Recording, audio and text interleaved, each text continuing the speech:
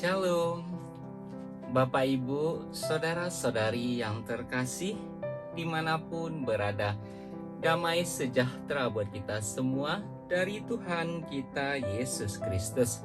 Seperti biasanya, setiap hari kita merayakan pestanya orang-orang kudus. Hari ini hari Minggu, tanggal 22 Mei tahun 2022, kita merayakan salah satu pestanya orang kudus, yaitu Santa Rita dari Kaskia. Saya akan menceritakan bagaimana kisah dan perjalanan tentang Santa Rita dari Kaskia ini secara singkat. Dengarkan ya, Bapak Ibu, Saudara-saudari yang terkasih. Santa Rita terlahir dengan nama Margherita. Pada tahun 1381, kota Ruppa Porena dekat Spoleto, Umbria, Italia. Kedua orang tuanya adalah orang Katolik yang taat. Masyarakat sekitar menjuluki mereka sebagai Katolik de Cristo atau pembawa damai Kristus. Karena kesalehan hidup mereka, ketika Rita berusia 15 tahun, Rita ingin masuk biara, tetapi orang tuanya tidak setuju karena mereka telah mengatur perjodohan dengan seorang bangsawan bernama Paolo Mancini. Meski dengan hasrat hati, namun Rita tetap patuh pada keputusan orang tuanya dan menikah dengan Paolo. Pernikahan mereka kemudian diberkati dengan 2 orang anak laki-laki. Suaminya Paolo Mancini ternyata adalah seorang yang jahat dan tidak setia. Perbuatan-perlakuannya kasar dan memiliki banyak musuh di wilayah Kaskia. Hidup bersama suaminya adalah penderitaan yang berat bagi Rita. Paolo sendiri memakinya dan menganiayanya secara fisik.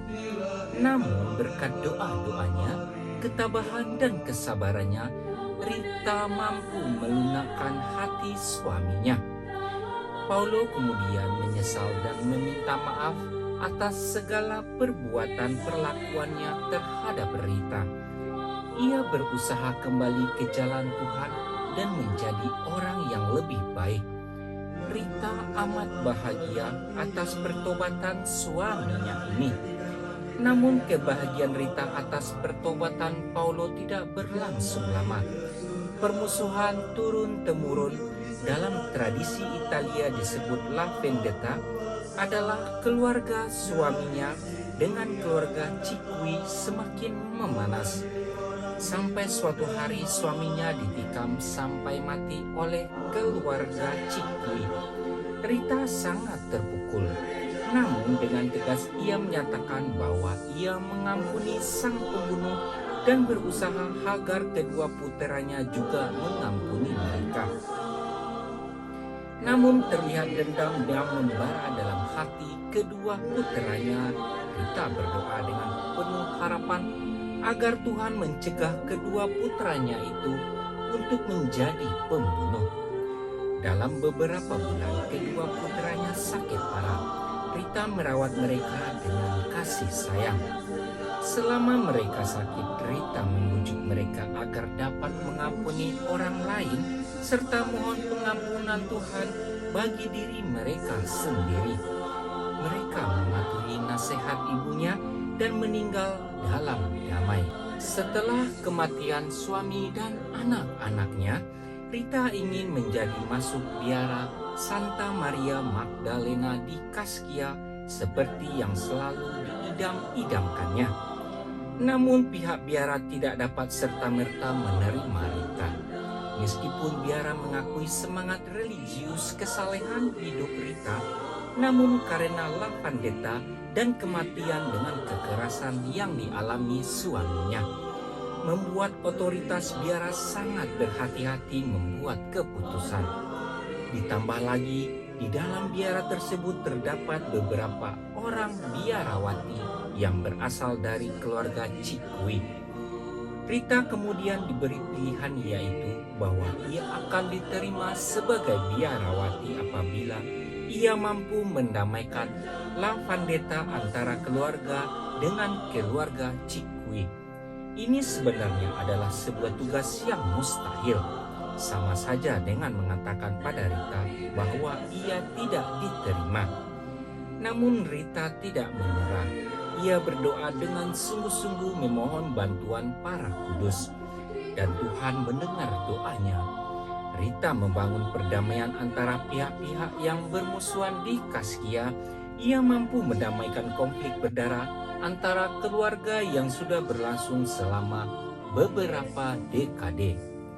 Rita kemudian diterima di dalam biara di mana ia tinggal selama 40 tahun. Ia menghabiskan waktunya dalam doa, kontemplasi, dan bekerja untuk perdamaian di wilayah tersebut. Ia memiliki devosi yang amat mendalam kepada Yesus tersalib. Satu ketika pada saat berdoa, ia mohon pada Yesus agar diizinkan ikut merasakan penderitaannya. Sebuah cahaya tiba-tiba memancar dari mahkota duri di kepala Yesus, menusuk keningnya dan menimbulkan luka yang tak pernah dapat disembuhkan.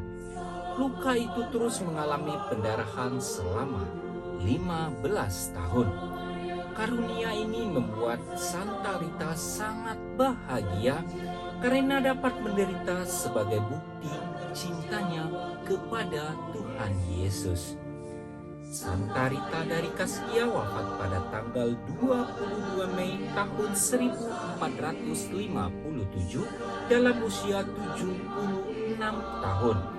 Jenazahnya kini disemayamkan di Basilika Santa Rita di Caskilia, Italia. Sampai hari ini jenazahnya masih utuh.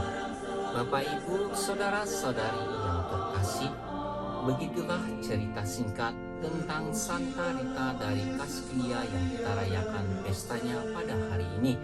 Semoga kita yang selalu senantiasa mengikuti bagaimana kisah tentang orang-orang kudus setiap harinya, kita semakin diberkati, iman kita semakin dipertebal, dan kita akan selalu bisa meneladani apa yang telah diperbuat orang-orang kudus dahulunya demi memuliakan nama Tuhan kita Yesus Kristus. Selalulah berbuat baik dan bersikap rendah hati. Selalulah menjadi terang dan berbagi kasih demi kemuliaan Tuhan kita Yesus Kristus. Bapak, Ibu, saudara-saudari yang terkasih, hari ini kita hanya merayakan pestanya orang-orang kudus. Selanjutnya, sebelum kita berpisah, marilah kita mempersiapkan hati kita untuk memohon berkat dan karunia dari Tuhan kita Yesus Kristus.